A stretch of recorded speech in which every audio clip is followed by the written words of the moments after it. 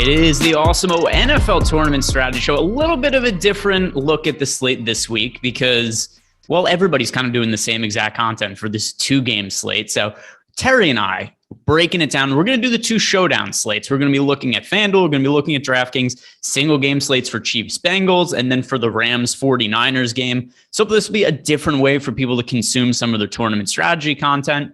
Anybody has any questions at all, just hit up me, hit up Terry. We should be able to help guide you in the right direction. I know Terry has been doing great showdown write-ups for the entire season. If you guys haven't caught those are free written articles up on awesemo.com. Show today, sponsored by Jock Market. Shout out to them. Like this video, guys. Subscribe to the YouTube channel. Helps us out a whole bunch. Terry, how are you feeling about these games this weekend? Think it'd be fun. It's a lot to live up to last weekend with that just ridiculous slate of football that we had last week. But I think these are going to be two pretty good games. Like we were just saying, it's kind of interesting that the Cincinnati KC game comes first. That feels like it's going to be the better game, the more action-packed game. But I don't want to sell that San Francisco LA Battle of California game short. That should be interesting too. Differently shaped games, given the game totals and what we're expecting. These games to come out game script wise. But yeah, it should be a really good weekend of football. I'm looking forward to it. And then are you looking forward to one of the games more than the other, or just both these games look good to you on paper? I mean, if we're looking at the Vegas total, 54.5 points on the board in that Cincinnati KC game is a little bit difficult to ignore for DFS purposes, for general excitement about football and thinking, this is a spot where we're going to get another shootout. That game last week was one of the best football games I've ever seen, quite frankly, just with that ridiculous scoring, particularly at the end of the game, begs the question why they don't just play at that pace throughout the entire game. I think these games should be higher scoring in general. But if I'm picking a game that I think is going to be more exciting, more interesting, lead to some more DFS scoring, it's that first one between Cincinnati and KC. It's got the bigger point spread, but I'm not really worried about it becoming a total wipeout. I think it stays close enough that we're just getting a really good competitive game all the way down with a lot of scoring. Yeah, and that's a game too where I kind of think people look at some of these games and be like, oh, the Chiefs are going to beat the Bengals. Most likely, yes, it's a 7-point spread. But I see people online already anointing the Chiefs as AFC champions, as NFL Super Bowl champions. Realistically, the Bengals are plus 260 on the money line. We're still looking at like a 28% chance they win, at least according to the odds. Don't totally assume that game has no chance of the Bengals winning. And we're going to talk about that game right now to start. And I think we should talk about the quarterbacks first from a showdown perspective, because it is really hard to ignore the quarterbacks whenever it comes to these contests. And these are two of the best scoring fantasy quarterbacks in the league, Terry. Between Mahomes and Joe Burrow, which do you prefer for the showdown contest? Or do you think we should just be trying to jam both of them in as much as possible? So looking at the DraftKings board, it looks pretty clearly like it's Patrick Mahomes for DK showdowns. He's coming up 10.3% of the time optimal in the captain role for 11.2 as his base salary. The question that I always come to when I'm rostering for DK for showdown slates is, do I want to play these quarterbacks at all in that multiplier spot because of the impact that it has for salary? We see in looking back through a lot of the historical data in winning lineup combinations, the ones that really float to the top tend to roster skill players at the captain spot and then get your quarterbacks into the flex roles where their salary doesn't cripple the rest of your lineup, and you can still take advantage of their point totals, still take advantage of stacking them. But if I'm deciding between the two, whether it's in the captain role or in the util spot, I think it's Patrick Mahomes. It's kind of a no-brainer. It's kind of a cop-out answer. The team with the higher implied point total, the team with the dynamic weapons. Although I really like Joe Burrow. I like the weapons that he's got on offense. We've talked about it on other shows, you and I, the three receivers that he's got, plus throwing CJ Uzoma in there in the mix, who's gotten, I think, 14 targets over the course of the playoffs so far. Joe Burrow's not without weapons, but given a relatively close price difference at 11.2 to 10.4 on DK, I just lean toward Pat Mahomes. The numbers are bearing it out. On the FanDuel slate, it's even more stark. Patrick Mahomes, 14.5% optimal, the top flex, the top captain option, MVP option on the FanDuel slate, just coming in a lot more frequently optimal than Joe Burrow, who comes up at 4.3%. Major difference there, and you don't have any of those salary worries at the FanDuel site because they don't multiply the salary nicely. So that's the site that I like to get to quarterbacks in the MVP spot a little bit more frequently, because you can just ride with that point multiplier. So I like Patrick Mahomes better on site to site, and I think Joe Burrow is more viable on the FanDuel slate in a captain role. Yeah, and here's the issue I have with rostering quarterbacks too often, at least on DK on the 1.5x spot. Unless it's a really heavy rushing quarterback, like Lamar Jackson or like that. And I know Patrick Mahomes does have the ability to rush for 50 yards and a touchdown or two or something like that. But in general, here's what happens with a lot of quarterbacks. If they have a big game, it generally means one of the receivers had a big game too. And particularly on DraftKings, where it's the 1 full point PPR bonus, it just doesn't seem too frequent to me that quarterbacks end up being the alternate choice relative to what their ownership is in the captain spot. And I don't want to put you on the spot with this, but I remember that you and Nolan had been digging up at one point some of the historical trends of millionaire maker winner lineups or first place winning lineups in those big showdown contests. Do you remember offhand some of the data that we saw from quarterbacks in that research? Yeah, so I mean that's something that I break down in every one of the Showdown articles. I try and find the sample of games. We've got a 2+ year sample of Showdown slates, and I try and zero in on some games with similar totals, similar look and feel, and just see if I can suss out what came through. And it really is the biggest trend that we saw throughout the entire course of the season, regardless of the size of the sample, of the size of the point total, was that quarterbacks are much more frequently optimal in the flex rolls when it's all said and done. Going through the games for today, it was coming up. You can find little things like in the higher point totals. Somewhat obvious. The defense and kickers become even less relevant. Where in the lower point total that we'll get to later, they become a little bit more relevant. But quarterbacks specifically, they win here and there in terms of being in the captain spot, but they are almost always included in winning lineups in the flex spot. So if we're looking at the entire sample, it's 90 plus data points. We only have, out of 90 something data points, only 9 of those lineups had no quarterback whatsoever in them. So that's a major, major indicator that quarterbacks are just extremely important for these lineup builds, but that we want to get them in the flex role, because when we look at that same sample and we sort by quarterbacks in the captain spot in winning lineups, only 17 out of 97 of these lineups included a quarterback in the captain spot. So you can really see the impact. They're in almost every single winning lineup, but so infrequently in the captain role. And that's just because of that downstream effect of that multiplied salary. Quarterbacks are almost always the most expensive players on the slate. We see oddball ones where, a lower end quarterback, a game manager type guy comes in at 8,000, and that skews the paradigm a little bit. That means you can play him a little bit more without worrying about the multiplier. But usually that guy's not going to be the best quarterback in the world, so he tends not to float to the top anyway. So it's just really, really strong indicators that we want to roster these quarterbacks primarily in the flex spot for DK showdowns. For FanDuel, for Yahoo, that's totally off the board because they don't multiply the salary. And then something else to consider too with FanDuel is, even though I do think it's more, and now we're just kind of discussing general strategy, which I think definitely has some value and utility to people listening. Here's one thing that I do have with an issue often with some of the quarterbacks in the MVP spot on FanDuel. It's not uncommon to see somebody like Patrick Mahomes is 40% owned in the MVP spot. We see that a lot with whoever the highest projected player is, because there's no salary cap concerns. You just play whoever in the 1.5x spot.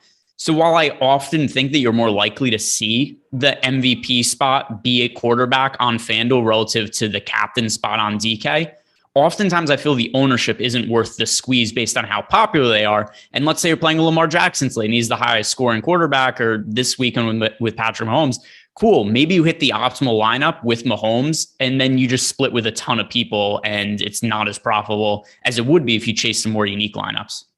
Yeah, absolutely. And we can see that borne out on our FanDuel board if we're looking at that in terms of the optimal lineup rate, 14.5% from Mahomes, but he's owned 17% of the time. So that's coming in with a negative leverage if we're doing our leverage score the same way we do it on some of the other tools, where you can get to some of these skill players at a positive leverage score, and especially the ones that correlate with those quarterback plays. I just typically like getting to those skill players in the multiplier spots and then take my shots with the quarterbacks in the flex rolls, even on the site where they don't multiply the salary. Like you're getting at, you do have that ownership factor. So you do want to differentiate. And especially in Showdown, we see so frequently, 37 lineups of the same combination all tied at the top, and you're just chopping down to, it's still nice to get paid, but you're not getting what you should be getting for winning a massive field tournament with a couple 100,000 entries in it. You want to maximize that. So when you win, you want to win big. And I think the way to do that is to get away from the heavy ownership plays. So I'm totally with you on that. I think, staying away from the negatively leveraged and just the highly owned in general plays like Pat Mahomes, like Joe Mixon, maybe in those multiplier spots. Just get different. And you can do that with Joe Burrow, honestly, on this slate on FanDuel. He's only 5% owned in the captain spot, only 4.3% optimal, which does put him at negative leverage. But just by the raw ownership, I'd be okay with going to Burrow there. And then, correlate his skill players. I like the idea of putting the skill players still, put Jamar Chase in the MVP spot, put Burrow in the back end and play it that way. But I think Burrow's got a little bit more flexibility on that FanDuel slate today or tomorrow. And we do have a super chat here from our guy, Nick the Picker. If you guys don't follow Nick on Twitter, you got to get, every time I look at his Twitter account, he's got like another 1,000 followers. Also, he's writing betting content for us now over at Awesemo.com. He has a question for us that he asked and just wants to get our opinion. Terry, are you opinionated on plus 600 bet on the that's the odds for both teams to score in every quarter for the Bengals Chiefs game. Doesn't have to be a touchdown, just they put any points up on the board. How do you feel about the plus 600 odds there? Do you have any lean one way or the other? It seems like a nice bet. I feel like maybe that should be a little longer. That's not a play I've ever looked at before in my life, though. So I honestly have no idea where that line normally would come down, where that price would come down. It feels like it should be a little bit longer to me, but I can't really say where, historically where that would come in. I'll say this. The first time these teams played this year, they played in the regular season. The Bengals won 34-31. Really high scoring game, 65 total points. And the total for this game is 54.5. It didn't hit in that game. And I was in a game with 65 points scored.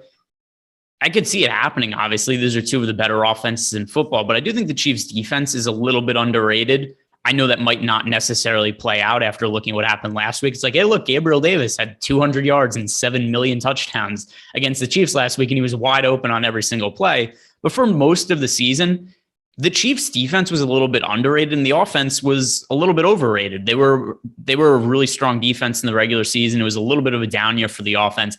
Obviously, as good as the Chiefs offense is, even in a down year, they're in contention here for the Super Bowl. But I agree with you. I think that's a bet that probably should be like 11 or 12 to 1 as opposed to 6 to 1. Yeah, it just seems like I just pulled it up for last week's game. It did get there, but you're talking about in the first and the second quarter and even in the third, there was limited scoring by each team. Each team only got in the end zone once in the first, once in the second. Then there were 3 field goals on the KC side and a touchdown in the third by Buffalo. But all of that scoring didn't really come till the end of the game. So kind of scraped by in that last game. Yeah, I feel like that should be longer, but again, it's not one that I typically look at. All right, let's move on over to the running backs now. I think we've covered the quarterbacks pretty thoroughly in terms of strategy and how we're approaching those guys. And obviously, we don't have to go through all of the exact same strategy when we hit on the next game later because the same points will remain relevant. But let's talk about these teams now, specifically at the running back position. And I think from a showdown perspective, the Chiefs are more interesting to look at than the Bengals because the Bengals kind of like, hey, Joe Mixon, good guy to get to in a single game slate. I think we're all aware of that. But Terry, how do we handle the running back situation for the Kansas City Chiefs when we could see Darrell Williams, Jerick McKinnon, and Clyde Edwards-Helaire all be involved in the offense? Yeah, that's the spot where I'm going to basically rely on what we're getting in terms of our projections, in terms of our probability metrics with the salary factored in. So one of the guys who's most frequently optimal on the DK slate is Jerick McKinnon. He's coming up 11.5% optimal in the captain spot, 44.6% optimal in the util spot, and he's positively leveraged in both roles. So that's kind of interesting to me at 5,000. The only guy who comes up more frequently optimal in the captain spot is Tyler Boyd, who only costs 4,800. Neither one of them are cracking 10% ownership. That's kind of what I'm looking for in some of these captain plays on DK. It might not be the most frequent to hit. If we're talking about the top scoring percentage, you get Jerick McKinnon coming in only 3.3% probability of being the flat out top fantasy scorer here. But in terms of the optimal lineup at that cheap a price, I'm kind of intrigued by that spot. So I can definitely get there. Like you said, on the other side, Joe Mixon, $9,000 slots in 4.8% optimal. He's under 10% ownership. I love getting to Joe Mixon in all different scenarios. I would have a boatload of them, but McKinnon is the more interesting guy between those two on the board. As far as the rest of the Chiefs running backs, Darrell Williams limited in practice. I think he missed practice Thursday and Friday. So still a bit of a question mark there. And just based on what we're seeing on the numbers for Clyde Edwards-Helaire at 7,000, not coming up nearly as optimal as McKinnon for a lesser price, not coming up nearly as probable as being the top scorer, only 0.3% probable of being the top scorer versus McKinnon's 3.3%. So even at a limited rate, that is definitely pretty stark. If we're talking in terms of being the top 2 to top 6 scorer, it's 35.8% McKinnon, and I lost where he's on the page, 9.6% for Clyde Edwards-Helaire. So it's pretty firmly Jerick McKinnon in that question for me.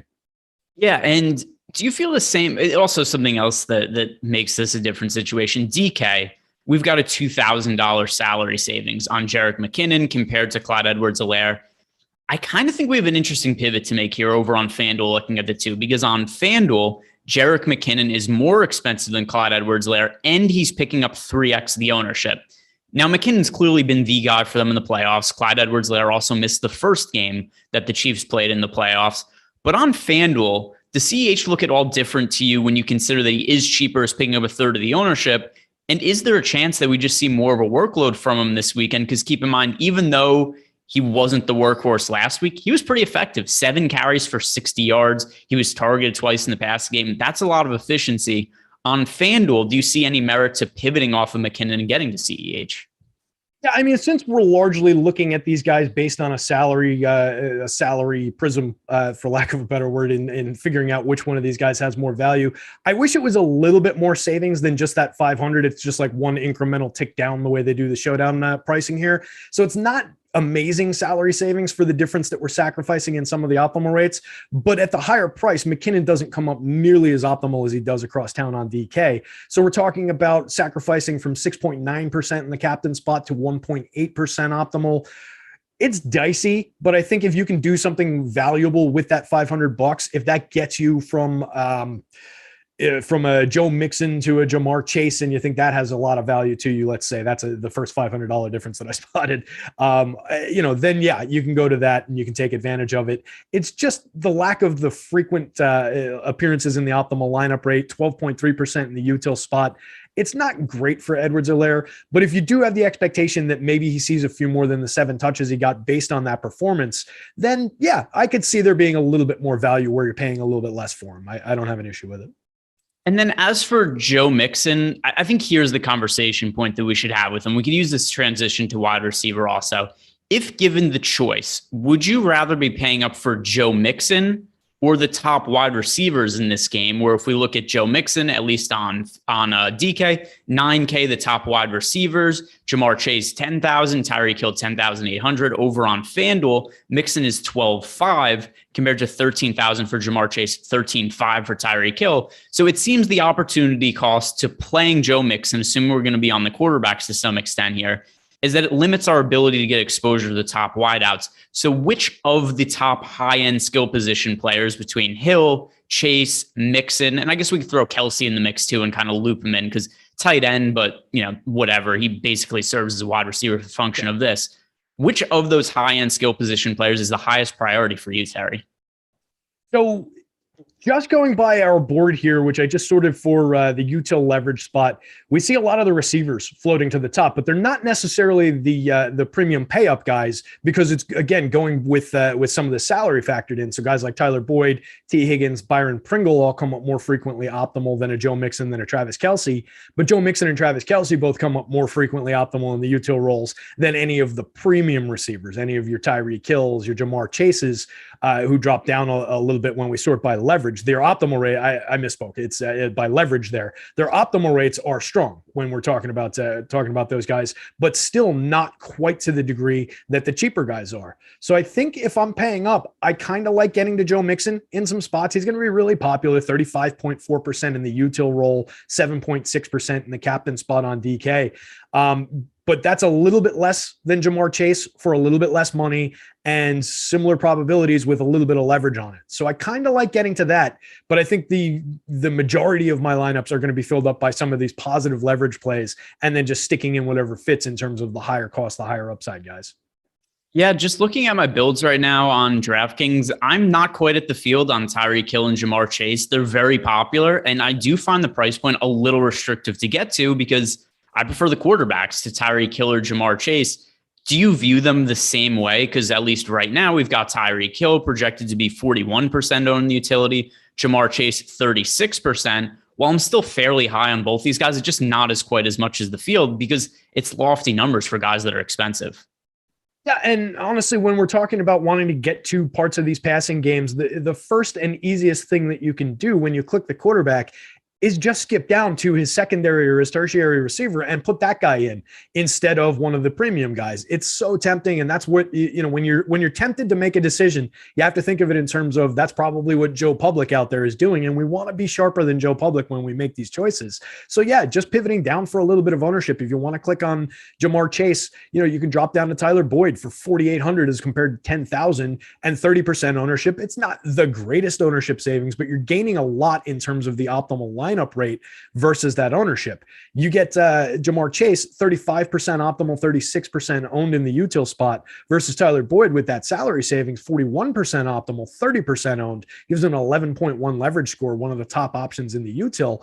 It just makes sense to get to some of those differentiated picks because you're saving on a little bit of ownership. You're getting to different plays with salary that you can put unique combinations together where the guy who just went Joe Burrow, Jamar Chase, or Patrick Mahomes, Tyreek Hill doesn't have those options available to him. And that's why those cheaper guys end up more frequently optimal as well. Yeah, and then one other thing, because I actually do think the Bengals situation is kind of similar to the Chiefs situation in this standpoint. In the builds that I'm making, I'm getting to Tyler Boyd and T. Higgins more than I am Jamar Chase. And then for the Chiefs, I'm getting to Travis Kelce more than I'm getting to Tyreek Hill. I don't really understand a couple things. I don't understand why Travis Kelce is $2,000 cheaper than Tyreek Hill. I don't understand why Tyreek Hill is more popular than Kelce when he is that much more expensive. I view both of them as kind of the 1A, 1B in terms of the top receiving options for the Kansas City Chiefs. Do you view the dynamic between Kelce and Hill the same that I do? Whereas give me the lesser ownership and the lesser salary on Kelce when I'm building a bunch of lineups, I'm getting more exposure to him than Hill. Does that seem correct to you? Yeah, absolutely. If that's the ownership discrepancy that's still on the board tomorrow, that's a spot I want to attack. Just looking at what they've done for the playoffs, both played 2 games. Both have, Tyreek Hill has 18 targets to Kelce's 16 targets. Hill has caught 16 of those. Kelce's caught 13 of his, 207 yards versus 204 yards. They've gotten in the end zone twice each. Kelce's averaging more per catch, 15.7 yards per reception. So just based on all those numbers, they're the same. They're 1A, like you said. So I'm happy to get to the guy who just comes up lower owned. And if I can do that while saving money, absolutely sign me up. I think that's a very good call. All right. So we've talked about the Bengals receivers here. We've talked about the Chiefs receivers. Are there any punt plays you're looking at that are really appealing? And I guess we could throw anybody below Tyler Boyd. We'll consider that to kind of be the cutoff here. So Mecole Hardman, Demarcus Robinson, they would both be guys in the mix. Or are there any of the like $200, $800 guys that stand out to you just because they enable us to pay up for so many of the stars in this game? Yeah, so for me, it would probably be about those long shot Chiefs receivers. Get to some Mecole Hardman, get to some Demarcus Robinson. Hope you get that big play that differentiates those guys. They're going to get some ownership. They're owned. Hardman coming up around 15%, Robinson around 10%. They're low-end guys. They're not extremely likely to come through for you. But what we're looking for is that kind of dart throw, that one that not a lot of people are going to have that's going to differentiate you. And getting Demarcus Robinson into a lineup at $3,000 is going to help you pay for something else, a unique lineup combination that not everybody's going to get to. I talked about before when we were talking about the nature of the game total and the point spread, that defense and kicker not necessarily as valuable in this kind of a format. And I don't really think that that's something I'm going to be looking to get to here. So they'd be kind of off the board. You could throw Darrell Williams into that conversation at only 1,200 on the DK slate, assuming that he's a full go. And you're just kind of hoping that he gets that one touch that turns into a touchdown near the end zone. Maybe it's a lower scoring game than we're expecting.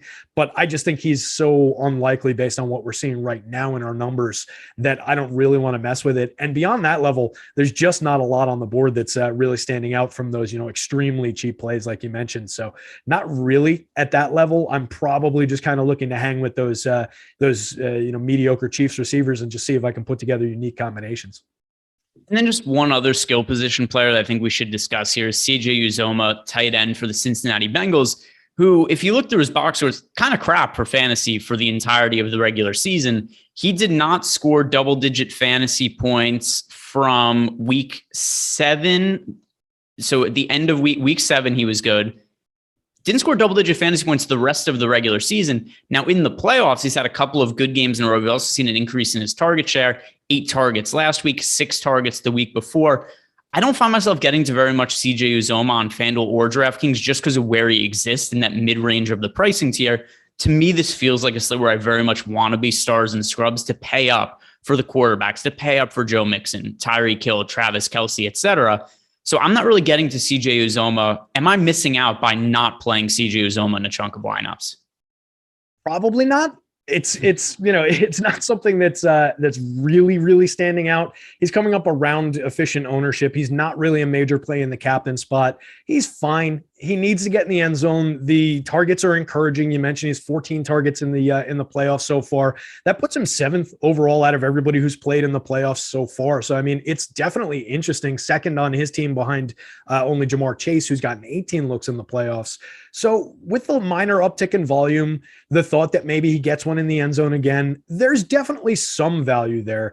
And when he's coming in at 16% ownership, if you can figure out a spot where he's going to help you differentiate, maybe you're putting both tight ends into one of these, maybe you're leaving some salary on the table but going to CJ Uzomah, which would be a differentiated play. If people are leaving salary on the table, you're thinking they're probably going to some Starsy Scrubsy kinds of builds where that would be kind of from the mid-range. So maybe if you can figure out a way to use him as a differentiator, it's valuable. But I think out of all the skill players we're talking about, he's probably the least likely guy to really break you.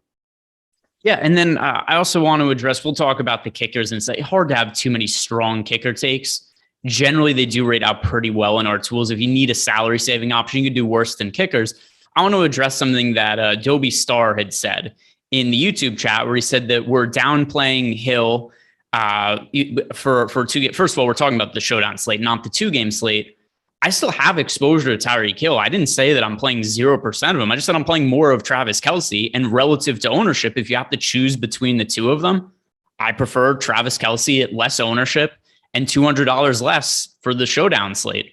It doesn't mean that I'm playing 0% Tyreek Hill. It just means in the build I have right now, I have 30% Tyreek Hill and the field is 40%. Therefore, I'm underweight to the field and I'm going to be rooting against him. I'm overweight to Travis Kelce right now. These single game slates particularly play a lot of lineups. It's not as simple as liking this guy, disliking this guy. Everybody likes Tyreek Hill. Well, maybe not his kid is that whole situation. But in terms of Tyreek Hill, in how we view him for a Showdown contest, it's relative to ownership. And that's how I'm viewing these guys when I'm talking about my builds. Absolutely. I find myself frequently leaving my favorite player in a Showdown format off of lineups or off of, the majority of my lineups because of how popular he is. We need to differentiate with this. We were talking about it just before with the ridiculous frequency with which we see 30 guys tied at the top, or guys and gals tied at the top with these different lineups, splitting a prize pool. You need to differentiate to be able to take down a Showdown slate on your own. And the way to do that is by foregoing some of these star level plays that every Joe Public out there is going to click on. Tyreek Hill, 41.1% owned in the util spot, 10.2% owned in the captain spot, the second most popular captain, the second or third most popular util play, comes up third most frequent in terms of our 2 to 6 scoring. So he is 50% plus to be a 2 to 6 scorer. We're not saying by any means that he's a bad play. He is highly likely to be an important play. What we are saying is we want to be in those lineup builds that maybe don't have him quite as frequently as the public, so that we can differentiate, so that we can access the top of the standings in the event that he doesn't connect for the vast majority of the public. All right, and Dobie start with a follow-up. Tyreek Hill and Chase have the highest upside on a 1-game slate. Yeah, I agree with you. His upside is really significant. Yes. I think Travis Kelce's upside is really significant. I think Patrick Mahomes' upside is really significant too. The question is, if you are building 150 lineups, do you want to have more or less than 40% Tyreek Hill in the utility spot and 10% in the captain spot? So overall, Tyreek Hill is going to be in over 50% of the field's lineups for the Showdown slate tomorrow. I'm going to have less than 50. I'm still going to have them, just less than 50. Moving over to with the way that we expect them to be scoring, and especially if you've got a guy like Kelce on the board, like we talked about 1-1A with these guys, who's coming in lower owned, you're just getting that natural leverage too by just not going there. So if half the field goes down with this Tyreek Hill ship when he doesn't score for you, well, one of these other Chiefs is going to be scoring. So you also get the bonus of being lifted by that. Let's say it's one of those weird ones where Mecole Hardman gets in the end zone 2 times. Tyreek Hill never gets there. Travis Kelce gets there. You've got Kelce and Hardman. You've got a major advantage over 50% of the field. That's half the entries. And it just makes sense, guys. You got to think about these things this way. It's not like we're saying that Tyreek Hill is not a good play. He's a major play on this board. He's one of the most frequently, or one of the most likely guys to put up a top score. That's not what we're saying. It's important to listen to the details. Terry, I have massive news. I'm trying to figure out what what filter I should put on here for this, but I don't know there is. Tom Brady officially retired from the NFL. Really? Tom Brady stepping away. He kind of hinted at it in the last few weeks, or not last few weeks, but this week, and then also the time leading up to the Buccaneers exit from the playoffs, said that he thinks he owes it to his kids, his wife, and we know how much he likes to mouth kiss his son. This was something that he looks like he was ready to do, step away from the game of football. So Tom Brady will not be playing next year. That is pretty significant. Not going to spend too much time on that because it's not going to impact tomorrow's games, but I do think it's something that was at least worth bringing up on a football show. Any instant reaction from you? It's a surprise. I even with all the stories, even with everything, I kind of was writing it off to noise. I really thought he would be back. I didn't think he would go out in a losing year. I thought he would be back to take one more swing at it, take the retirement farewell tour and all of the things that come with that. So it's a little surprising. I'm very curious to see what happens with the quarterback situation down there now. Kyle Trask, I assume it's going to be Kyle Trask. They brought, what did they pick him in the second or third round last year? Yeah. Yeah. So I forget which, but yeah, I know they've got him there. I'm just wondering, maybe you bring in a veteran for him to learn under for another year, another 2 years, something like that. Do they chase an Aaron Rodgers now? I know all the hot rumors are that he's going to Denver, but with that job open with much better weapons down there, kind of enticing. Yeah, it's certainly going to be a super interesting situation to keep an eye on. You know what else is something interesting to keep an eye on, Terry? Something I know you like, Jock Market, sponsor of today's show. If you guys are unfamiliar with Jock Market, download the app. You get signed up using the promo code Awesemo, get up to a $50 bonus on your first deposit. Also, they have a $100 first market guarantee for NFL and NBA. So let's say you play in Jock Market, you make that $50 deposit, you get the $50 bonus. Maybe you strike out your first time. Well, they've got a $100 first market guarantee, so they will refund you for that first leg. Different way to play daily fantasy sports. It's a stock market, but for athletes IPO period where you bid on the players, then you can buy and sell shares of the players afterwards. It's something that Eric and I do a live after lock show for basketball once a week. It's a fun site. You guys should check it out and use that promo code Awesemo when you sign up. Terry, any other thoughts you have on this Bengals-Chiefs game? If not, we can move over to the primetime game, which oddly does not feature the Chiefs. Yeah, I think we can slide on over to the primetime game now, which it's going to be interesting to talk through without the benefit of our tools in terms of the optimal rates and all of that. But let's hash through that one and see what comes up. All right, so let's head on over to the Rams 49ers game. And here's something that makes this game much different than the first game. We have Matthew Stafford, elite fantasy quarterback. Jimmy Garoppolo, less so. Part of it because he doesn't have rushing upside. Part of it also because they don't allow him to throw the ball off all that often. Even in 2 playoff wins, these are the fantasy outputs for Jimmy Garoppolo. 4 fantasy points and 6. Leaves a little bit to be desired. On a 1-game slate, Terry, how are you going to be handling Jimmy G? Pretty delicately. I don't think he's going to come up all that frequently. I'm just running a little crunch here in the background, so we've got some talking points for it. And just looking at the captain role, he's coming up 2.5% in the captain role in these crunches. Landing in the flex roll quite a bit more than that, 32.5% in the flex roll, which kind of makes sense, based on what I was saying earlier about the value that quarterbacks typically have, much more so in the flex spot. But at only 9,000, that is a little bit less impactful. Putting him in that captain spot should be a little bit more viable, but just based on being so much lower projected than all of the other quarterbacks, it doesn't really make sense. So he just drops back based on that. If you're somebody who is for some reason projecting Jimmy Garoppolo to have a massive game, come out firing on all cylinders and pass the hell out of the ball and ignore the ground game, which our numbers certainly aren't showing that. If you're thinking that, you can get away with putting Jimmy G into more captain shares than the field is probably getting him because of that salary discount. I just don't see it. So where I get to him, it'll be in the flex spot, but I'm really not all that excited about getting to him very much at all. I would probably be below the field here. Yeah, and then part of the issue, too, is it's not like you're getting some crazy discount on him just because he's a quarterback. 12.5 on FanDuel. His utility price on DK is 9,000. I just don't know what the realistic upside is for him. And there are a lot of players in this contest that have upside. So I'm just going to ask you a quick question, including the 2 playoff games. How many times do you think Jimmy Garoppolo scored 25 plus fantasy points? Because that's probably somewhere around the kind of upside we would need from him to land in an optimal lineup, especially if he's the QB. So, Terry, how many games do you think Garoppolo 25 plus fantasy points this year? Twice. Total guess. Once. How many times do you think he's had 20 or more? Twice. 3 times. He just wasn't a good fantasy option this year. I think from a real life perspective, he's maybe a little bit underrated because if you put Jimmy Garoppolo in a system where he has a good defense, he's a lot of good skill position players, he could not mess up. He could not screw up, and he could just manage a team to a victory. But he's not going to very often win a game by himself. And that to me makes me think he's just not a very viable option for a 1-game showdown slate. So I'm going to look elsewhere. Matthew Stafford, if I'm choosing one of the 2 quarterbacks, clearly higher of a priority. Where do you stand on Stafford for this game when we don't necessarily have to play 2 quarterbacks here? Does that make Stafford that much more appealing when we have the salary cap for not prioritizing Jimmy G? Yeah, I expect he's going to be really popular, which is the one thing we talked about what the salary multiplier for him would do in that captain spot. So he's going to land mostly in the flex role for me, where I'm getting to a lot of his skill players. There's one, predominant skill player of his that we'll talk about, I'm sure, in a second. But I'll probably get to a lot of him in the flex role. I'll be curious to see where it comes down in terms of my ownership for him versus the field. That's one where it's going to be really critical with our numbers when they come out in terms of his leverage score, his optimal rate in the flex spot. But I expect to have a lot of him. I kind of want to focus on that passing game and, get to a lot of combinations of whether it's him and Kupp, whether it's him and, the tight end, Tyler Higbee comes up a decent amount at his price. I really like Odell Beckham still, so I'll be getting to some shares of Odell. So it's a matter of, who I'm combining him with and what fits around it. But I will definitely have a much bigger share of Matt Stafford than I do of Jimmy G.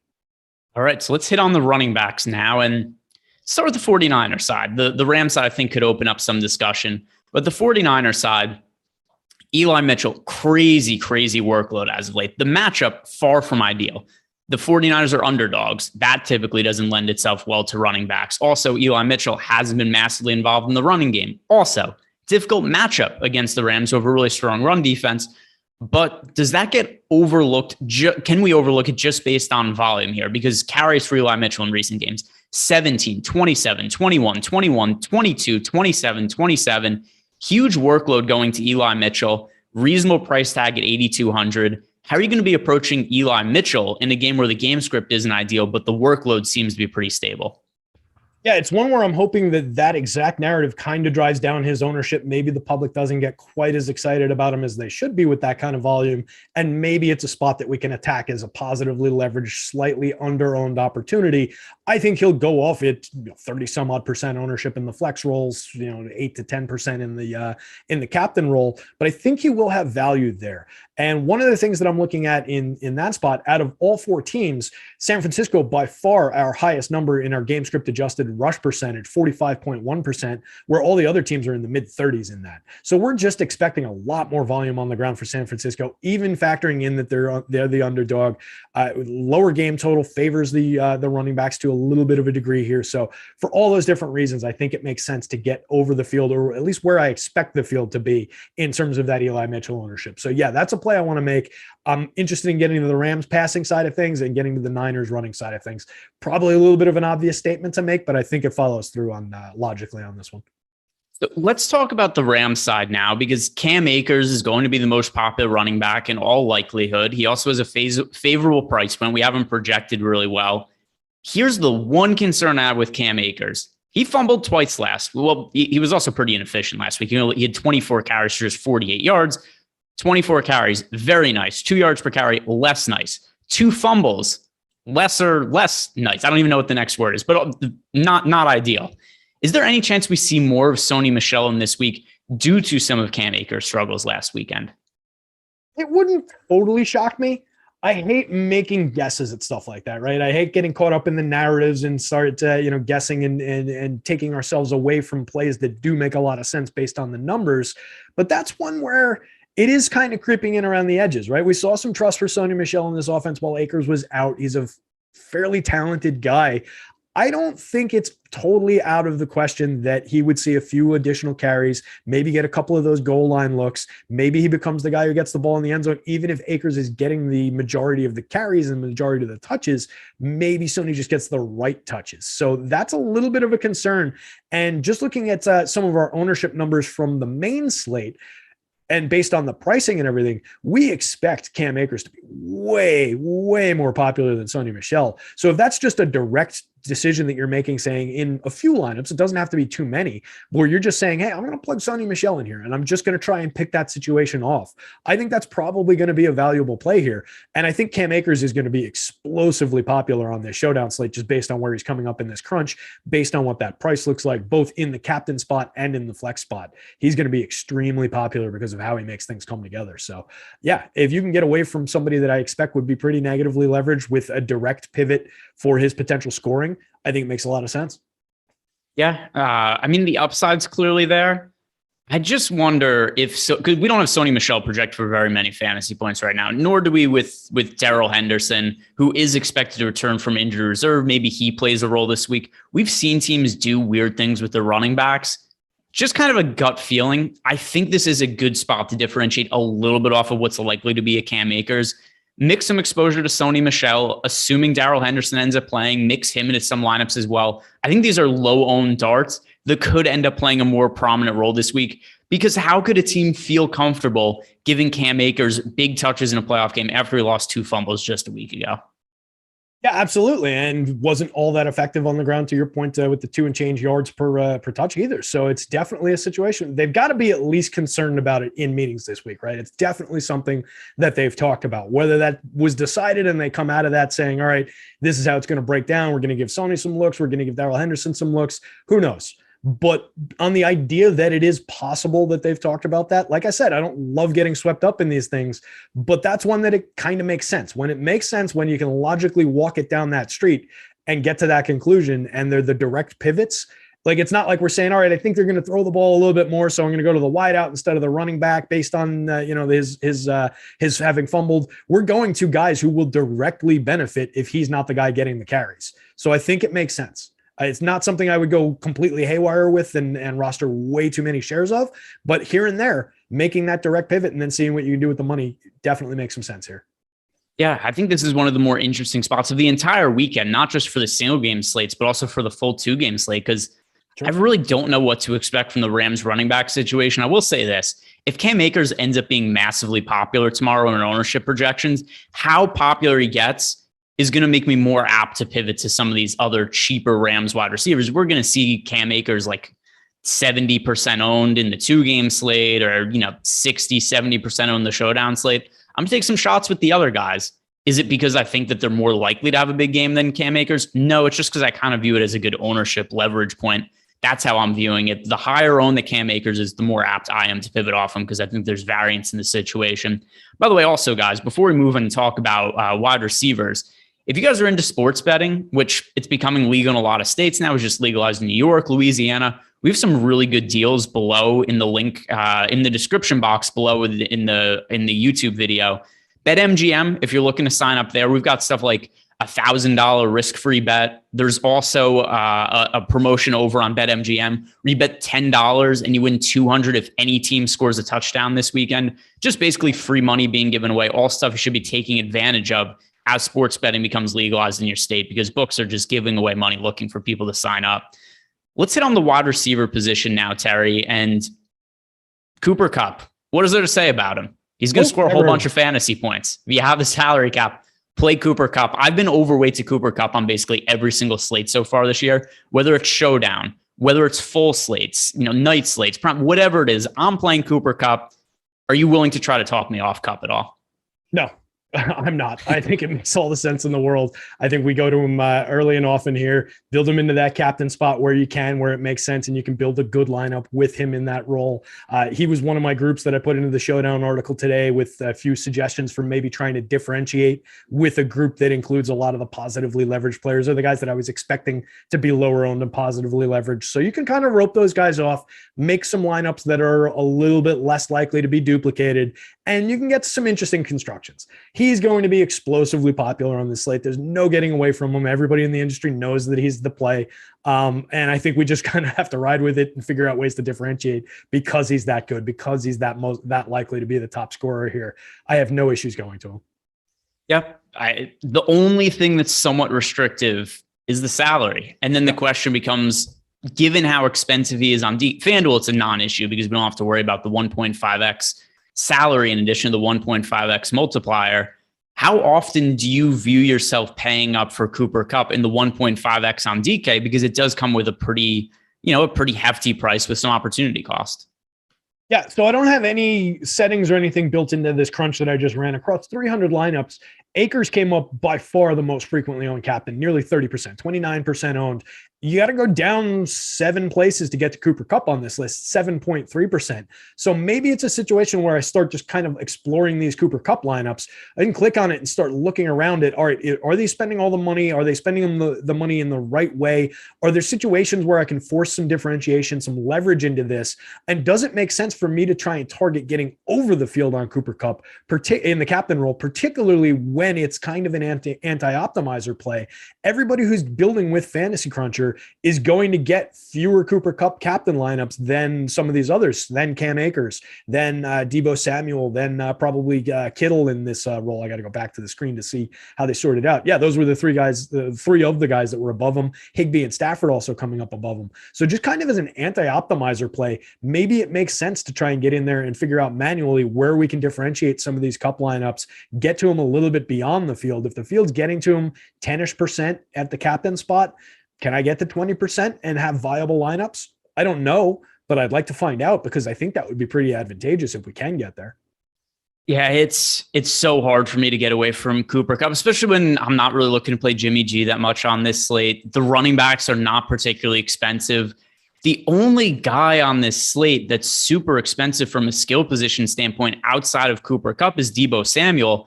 And I strongly, strongly prefer Cooper Kupp to Deebo Samuel. You and I talked about Deebo Samuel when we were doing a show together the other day. Here's the issue I have with Deebo Samuel. He's a wide receiver that plays a lot of running back and doesn't get targeted in the passing game. He's only been targeted more than 6 times once since week 9. It's hard to reliably say that kind of gameplay has a lot of upside, particularly in a game where the 49ers might have to be throwing to get back in the game playing from behind. We've seen some of these situations with the 49ers. It doesn't mean that Deebo Samuel is guaranteed to get 10 plus targets just because they're playing from behind. And I think the opportunity cost of playing a lot of Deebo Samuel is going to come at the expense of Cooper Kupp. So I'm not getting to a ton of Deebo Samuel in my build right now. I haven't played a bunch of Deebo Samuel over the last few weeks as his price has gone up. Mixed results. Last week, I had none of him. It went really well. He had a crappy game for fantasy. The volume was there on the rushing standpoint. He carried the ball 10 times. But if he's going to be a guy that's rushing the ball 10 times, getting targeted 4 times in the passing game, you're going to need 1 or 2 rushing touchdowns out of him. And I just don't think that's reliable production. How do you view Deebo for a 1-game slate? Yeah, I agree with a lot of that. I mean, he's obviously a really skilled guy. I'm sure the Tyreek Hill guy is going to be yelling at us about how good Deebo is in the next couple minutes. But based on everything you were just saying, 20 touches across 2 playoff games in the running in the running role, and then looking at his targets as a wide receiver, he's only had 7 looks across the 2 games. Juju Smith-Schuster played 1 game in the playoffs, and he got 8 looks. Looking at this board, Dalton Schultz got 8 looks in 1 game. Zay Jones has more targets in the playoffs than Deebo Samuel does. So that becomes concerning when we're going to a fairly high-priced guy who's going to be extremely popular on this slate. Yeah, I'm with you. I'd rather get to Cooper Kupp. I'd rather differentiate where I can. And that's going to be a major source of differentiation for me, I think, this weekend, is probably getting to less of Cam Akers on this slate and getting to less of Deebo Samuel on both the combined slate and the showdown slates. Yeah, if I'm taking a shot on a cheap 49ers receiver, because now we're talking about all right, who's going to get some of the passing game work if we're not necessarily looking to target Deebo Samuel? And also keep in mind, I'm not saying I hate Deebo Samuel as a person, or I think there's upside there. I just want to play Cooper Kupp. If I play a lot of Deebo Samuel, that restricts how much I could play Cooper Kupp. I think Juwan Jennings could be a pretty interesting contrarian play here.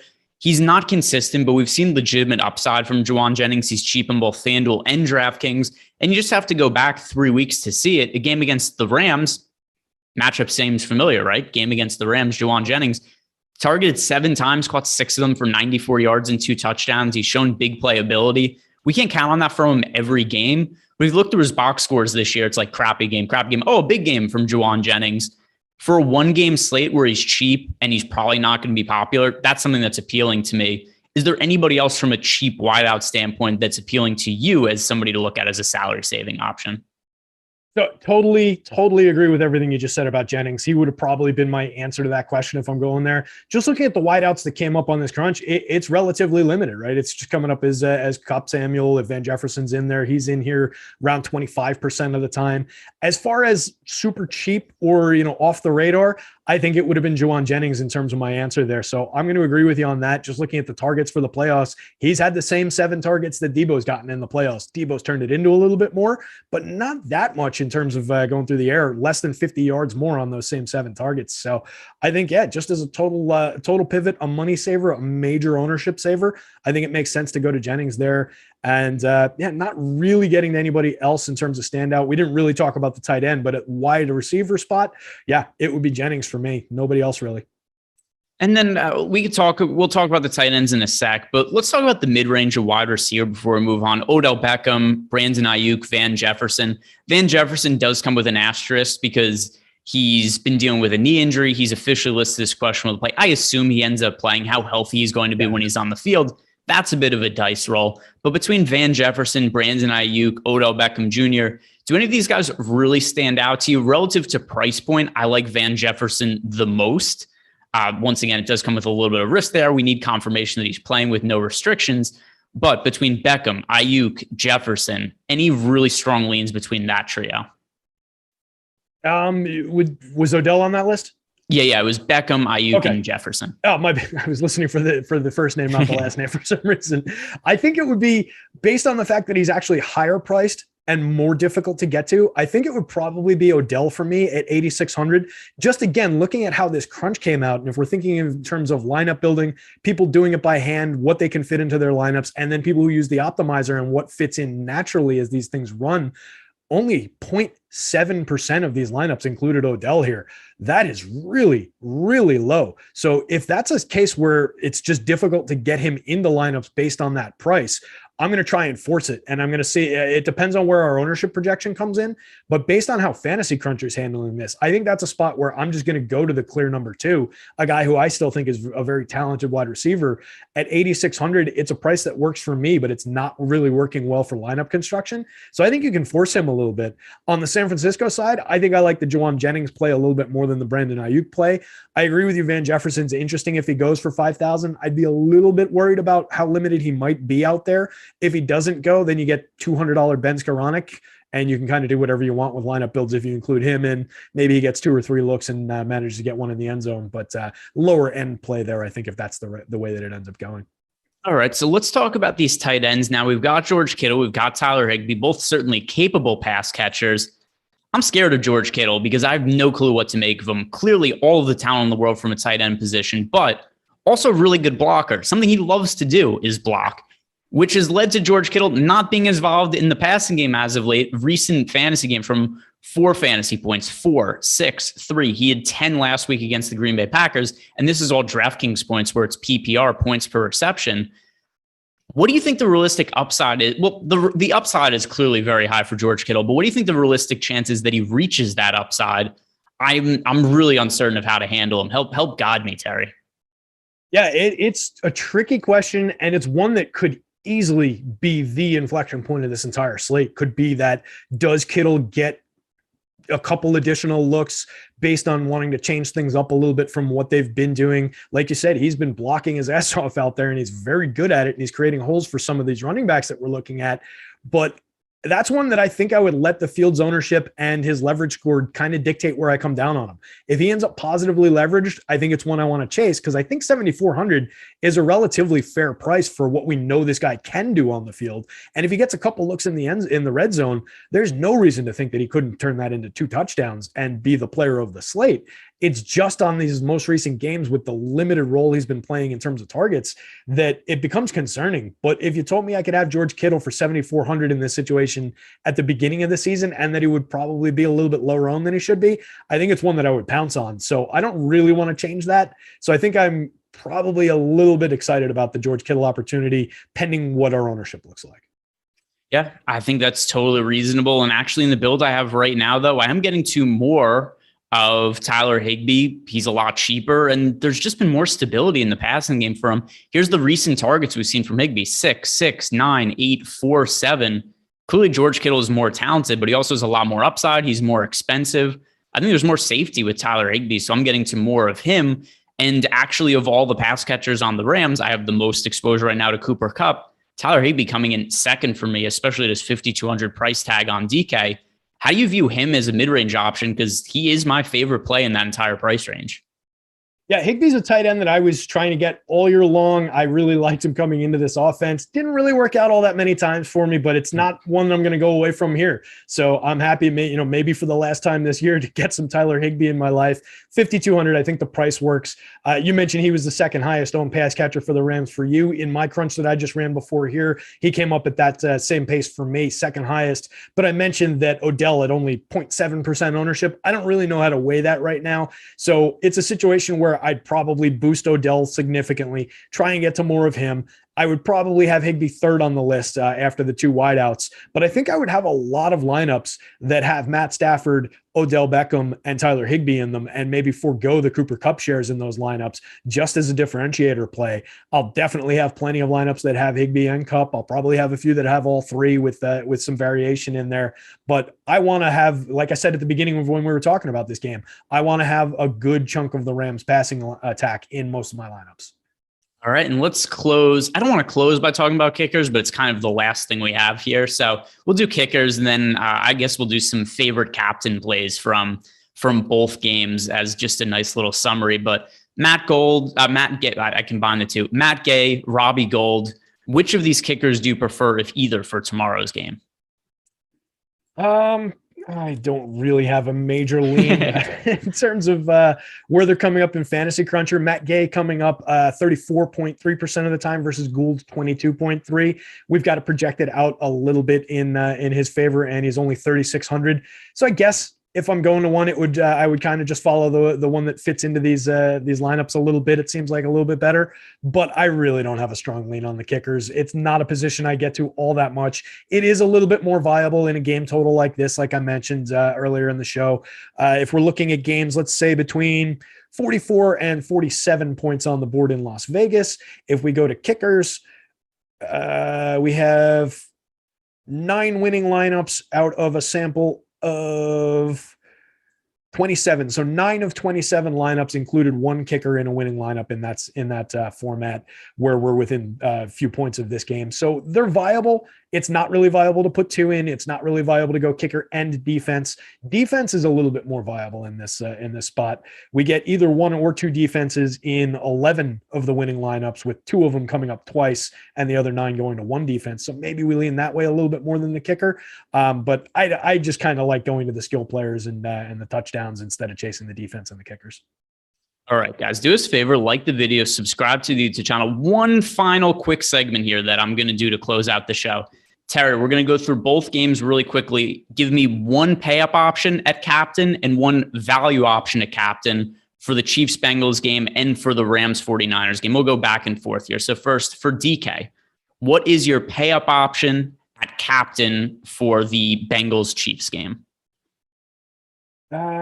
Pay up option at captain for Bengals Chiefs.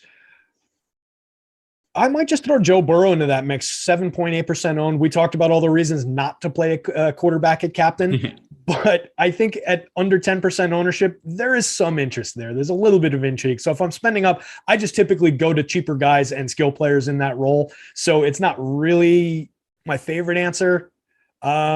But a lot of the other ones that I would want to go to, like a lot of the expensive skill players, are negatively leveraged. And I think I prefer the Burrow call rather than saying Jamar Chase or Tyreek Hill there. So let's go Joe Burrow. What the hell? That is going to be Travis Kelce for me. Now your value option, if you're playing a value option at captain, who are you going to play?